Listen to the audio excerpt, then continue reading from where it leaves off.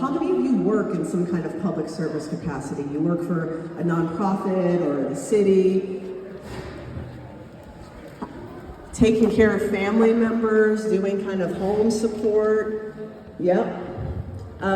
We are a caring community, and what I have found in my work before being in elected office that you guys here in the 49th Ward reaffirm for me on a weekly basis is that most people really care. Most people want to help. Most people want to support their neighbors. They want to support their family. And so Rogers Park shows up for our constituents, and especially with all of the challenges and threats and attacks that we've seen from the federal government on our immigrant community, on our trans community, on our citizens, you guys have really been showing up. So I couldn't be prouder to represent the 49th Ward, to be a resident of Rogers Park, and to be able to serve this community. And for 2026, a lot of the goal for this year doesn't end here, of course, is to figure out how myself and my team can continue to be best of service. So that's how, when my team, we sat down at the beginning of the year and did a team retreat January 5th and 6th. A lot of the questions and what's guiding us is how can we be best serving our community? And it's through unstable times, right? So the three things that I set as goals for our office for this year, one was to continue to be a source for consistent, accurate information. We know that disinformation, misinformation, fearful information, conspiracy theories, inaccurate information it abounds. And because we are in a time where fear is really being stoked, that can really be harmful. People can change their lives or make major decisions based on something they see on social media or that somebody passed on to them through their group chat that they think is real. I have constituents that send me info like, Maria, is this real? So being an accurate source of good information, we always want to do that, but I feel like with the pandemic and now with our federal government kind of in chaos, this is something that our office can do. The second thing was for us to consistently serve our constituents. So finding a good level of consistency in which you guys can just rely on us for those 311 requests, for those emails, for those phone calls. I know we're not perfect, but we aim to be really, really good. All the stresses that we're dealing with, and I've got a lot of 49th Ward, our whole team for the 49th Ward Service Office is here today, and my Chief of Staff, Leslie Perkins, our Ward Director, Shanika Holmkirk, our Community Engagement Manager, Tony Sandifer, our Infrastructure and Development Manager, Zachary Joseph, our Constituent Services Director, Clarissa Steinbrecher, and Caleb, Brenna, Madeline for our community constituent team. They're all here. Everybody's going through a tough time. We are a service office. My big ask for them was we need to be responsive, we need to be effective, and I'm not asking them to knock it out of the park every day. What I asked them was to find that level of good service that you can maintain. Because the other thing about this year, and probably the couple of years to come, is this is a marathon and it's not a sprint. So we've got to be in this for the long haul. The final thing that I asked of my team was for us to continue to bring that spirit, that service that helps to maintain trust in government.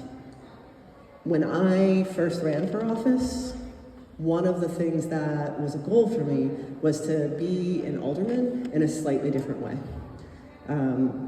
The title of alderman in Chicago is a little loaded, comes with a lot of baggage, and in many ways is really the opposite of who I am as a person.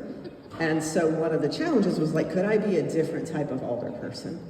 And we extend that through our office.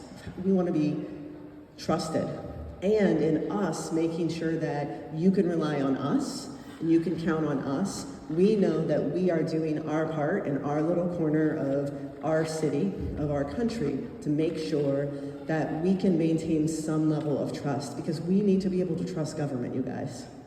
Right? When government puts out information about safety or health, about elections, about road closures, you need to know that you can trust what we're telling you. It is a fundamental building block of just a functional, stable society. I can't speak for the whole city of Chicago. I can't speak for the state of Illinois, for the county, or for our nation, but in the 49th Ward, that's something that we can do. So those are our goals for the year. The last thing I'll say, and I'm going to turn it over to some of our other elected representatives and public servants who are here, is that what I've heard from our community partners, from our volunteer community leaders on my advisory council, from the youth leaders on the youth advisory council, is that the other focal point for this year needs to be community. Anything that I can do and my team can do to bring us together, to connect us, and to help us see that we have more in common than we have not in common. The world is divisive. People are angry. People get angry at me. People get angry at our team. There's a lot to be angry about. There's a lot to be scared about. There's a lot to be frustrated about. And at the end of the day, we are neighbors. And we can be mad at each other. You can be mad at me. And we can get over it. Because we want a safe, healthy, happy, clean community in the 49th Ward. We want the city of Chicago to be a great city for all of our constituents. And I doubt there's a single person here in the 49th Ward that can't identify or raise their hand in support of that mission. And that's what I mean when I say there's more that connects us. There's more that unites us than divides us. Despite what we feel, despite what we're told in the news, despite what we see on social media, that is hard to stomach. If you feel like everything is divided, if you feel like our world is coming apart, what gives you the motivation to get up in the morning, to talk to your neighbor, to clear the leaves from your gutter drain? Please do that. To go to school, to go to work, it's hard. So community building, this is where I've started. This is where we are going to continue to invest time and energy for myself and my office. So thank you for being here. Thank you for being a part of this community.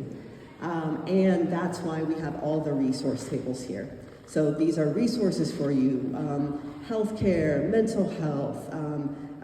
The treasurer's office is here to find you money. Find you money and introduce you to other programs you might not be aware of. And with our community partners here, there are also opportunities for you to get involved. Volunteer. Sign up to volunteer even. I'm not even asking, you don't even have to actually do the volunteer shift yet, but get interested in it. Sign up.